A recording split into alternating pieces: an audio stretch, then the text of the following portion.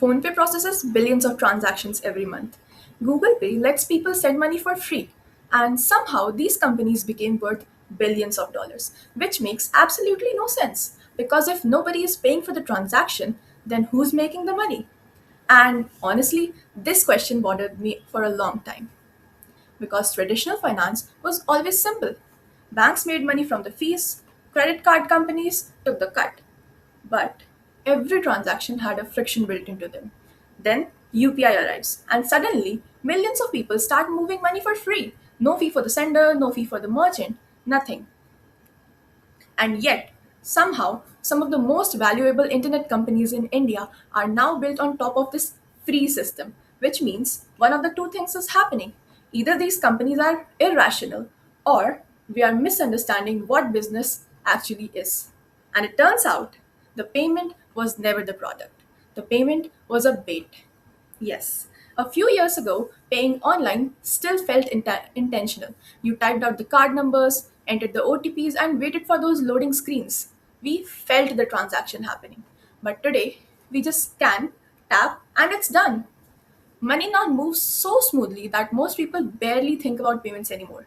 And that tiny psychological shift, this changes everything because easier payments have become so often that we do it for almost everything: tea, fuel, groceries, auto rides, subscription, every tiny movement. And this is repeated every single day.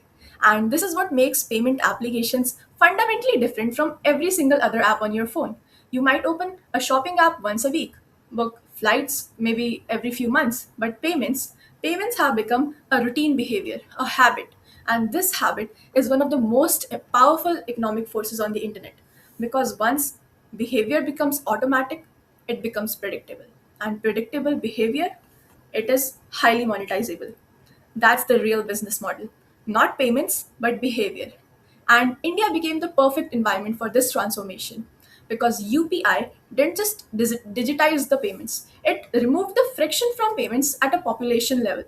In December 2025 alone, UPI processed more than 21.6 billion transactions worth over 32 lakh crores, and that is more than 700 million payments every single day. Nearly 8,000 payments every second. At that scale, UPI stops looking like a feature and it starts looking like a behavioral shift. And once companies realized they couldn't just sit between people and daily money movement, the economics have completely changed because now the payment app slowly starts learning something incredibly valuable: patterns. Think about what a payment app can quietly understand over time. When do you spend? How consistently your salary arrives? Whether your spending becomes unstable near the end of the month? And what categories do you spend mostly on? Whether your cash flow looks predictable or not. The payment application doesn't just see transactions; it sees a behavioral rhythm, which is incredibly valuable because it can predict financial trust, risk, consistency, future behavior, spending. Traditional banks usually just understood your money, but modern fintech companies, they're increasingly understanding your patterns. And this is where the story becomes much bigger than payments. Because once financial companies own your behavior, they can expand into almost anything: credit, insurance, investments, services, subscriptions, commerce. And this is where the real business begins. PhonePe today serves more than 600 million registered users. And that's not just startup scale anymore, right? That's infrastructure scale. And the closer company gets to your money flow, the harder it becomes for you to leave. Because now the app isn't just helping you transact, it's becoming a part of how you economically live. And this tiny shift creates something incredibly powerful: behavioral gravity. You can stop watching a channel, you can leave a social media platform, but once payments, subscriptions, rewards, and your spending behavior all lie inside one ecosystem, switching just suddenly becomes too painful. And that's the real power.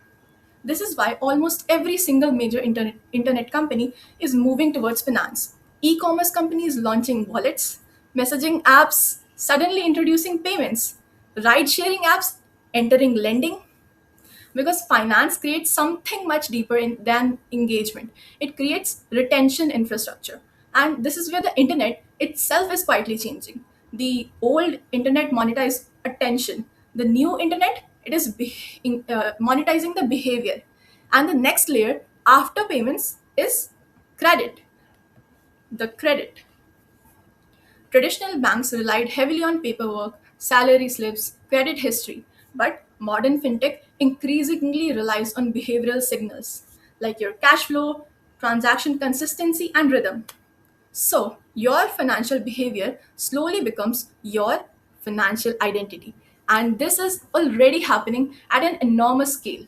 UPI linked credit transactions have crossed rupees 10,000 crore every month, and a huge percentage of those are first time borrowers. People traditional banking systems like just previously struggled to understand, which means something fascinating is happening. UPI isn't just moving money anymore, it's generating financial intelligence. And this is not just India's story. Take, for example, Brazil's PIX. The PIX system in Brazil rapidly started transforming payments across the entire South America. Countries across the Asia, Middle East are all studying this UPI style infrastructure very closely because the world is slowly realizing something important. The country that controls payment behavior eventually shapes digital economic behavior itself. And maybe that's the strangest part of all of this. Most people still think that these are just payment apps, but they really are not. Payment is just the entry point. The real goal is becoming the layer through which your financial life flows. And once you realize that, a lot of modern tech suddenly starts making much more sense. Like, why does every platform slowly move towards finance? Why does every ecosystem eventually want payments? Why does every internet company eventually start looking like a bank? Because finance is no longer just an industry, it's becoming an operating system underneath the internet itself. And that raises a much bigger question. If every company eventually wants to become a part of your financial life, then what happens when platforms shaping this digital behavior also start shaping economic behavior? I'll leave you with that thought and see you in the next one. Till then, see you.